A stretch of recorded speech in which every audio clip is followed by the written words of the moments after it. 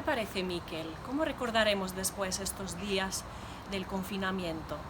Pues la vida va retomando su espacio. El mundo acaba recuperándose de las desgracias todavía mayores, pues recordando la historia de Pavel Buchevsky, de aquel guía del Hermitage que estuvo guiando por el Hermitage evacuado en pleno sitio de Leningrado. Se sabe que él no fue a la guerra por una dolencia cardíaca. Justo esto le impidió ir a la guerra, pero le permitió vivir una vida muy larga, de 80 años, dedicada plenamente al Hermitage. Se sabe que el año 71 fue nombrado jefe del sector de las investigaciones sociológicas del Hermitage y estuvo elaborando las rutas, optimizando las rutas de visitas por el Hermitage y elaborando las programaciones para la educación de la juventud. Natasha, tengo aquí un objeto que seguramente reconoces porque se produjeron millones de ellos a lo largo de los 70 años en que la Unión Soviética pervivió.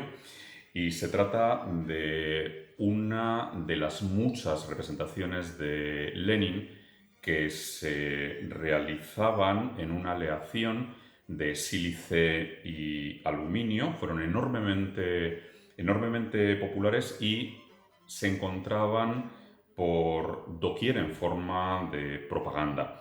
Es la manera en que el régimen soviético propagó la imagen casi mesiánica de Lenin.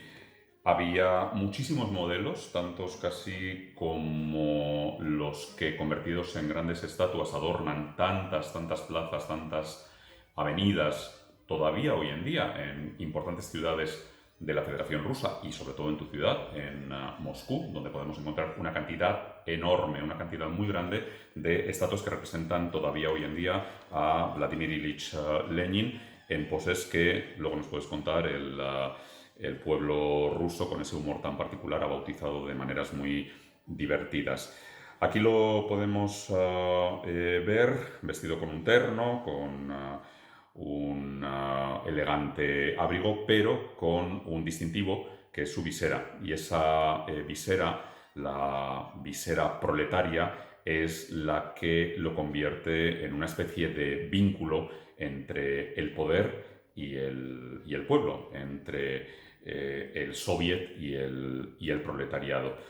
En la Unión Soviética este tipo de imágenes eran muy fáciles de conseguir. Todavía hoy en día este tipo de representaciones de Lenin abundan en los mercadillos, abundan en los rastros, abundan en los anticuarios y las hay de todos los tamaños y formas que uno se pueda imaginar.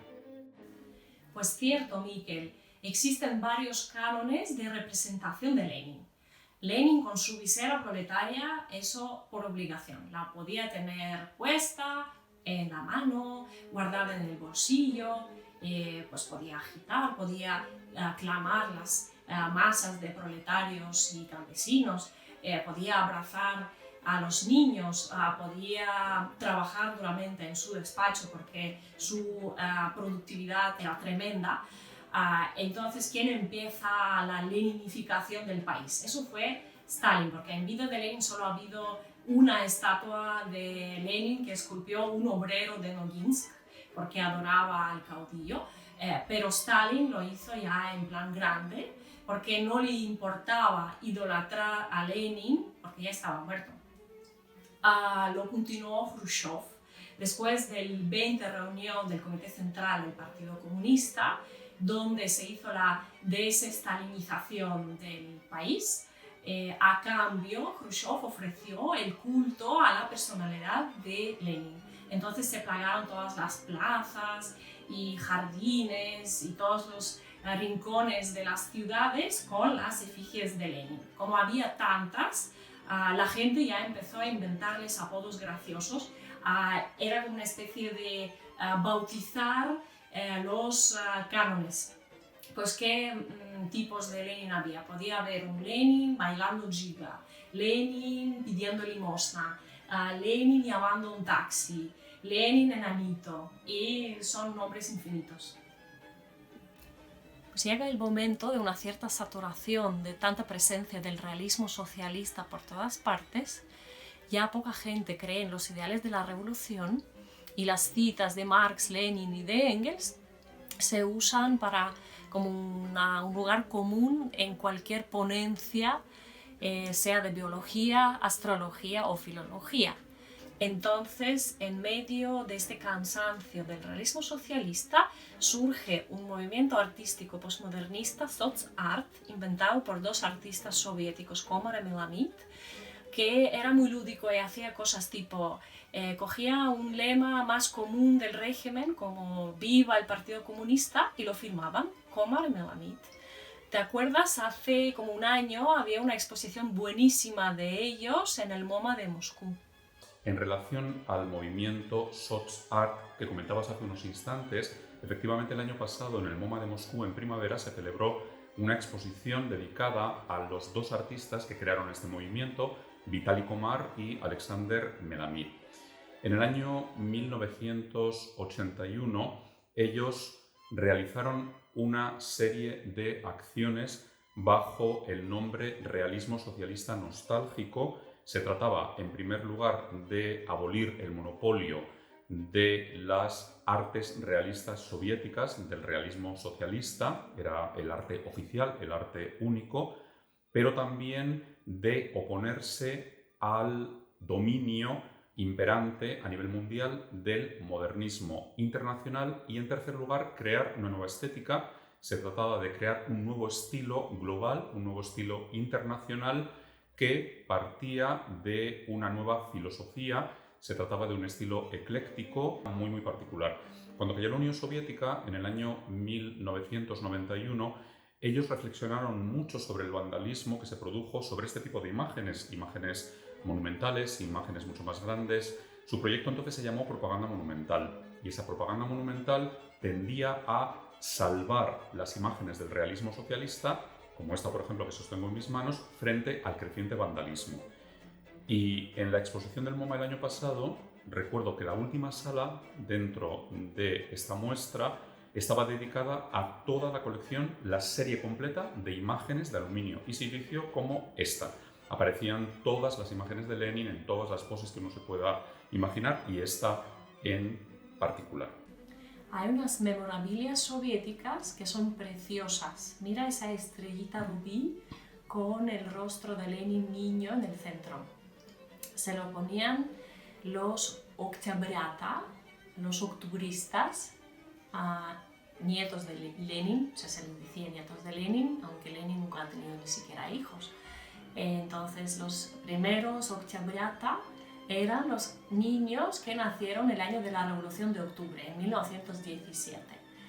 Y era el primer paso en la vida dentro del partido, ¿no? Era el primer adoctrinamiento comunista.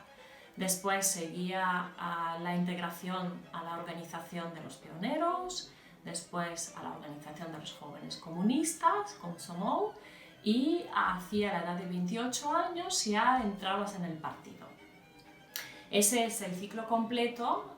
Yo me quedé en la fase Oktyabrionak porque el año 91, el año que yo me tenía que integrarse ya a la organización de los pioneros, se disuelve la Unión Soviética y ya me quité la estrella, me quité el uniforme negro con el delantal marrón y empezó el proceso del revisionismo de todo el pasado soviético.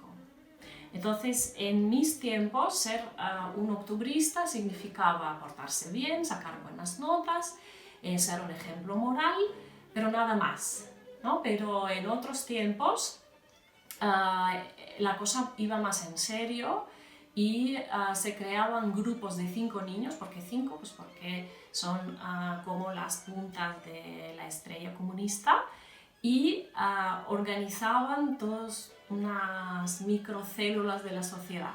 En las estrellitas, en ese grupo de 5 niños, tenía que haber un jefe directivo, tenía que haber un informador político, un responsable de medicina, un responsable de biología y un deportista. ¿no? No está mal. Y tengo que hacer otra confesión. Yo de pequeña jugaba con una niña en un juego de roles que le pusimos el nombre La Estrellita y el Copito de Nieve. O sea, el copito de nieve siempre congelaba, la estrellita derretía.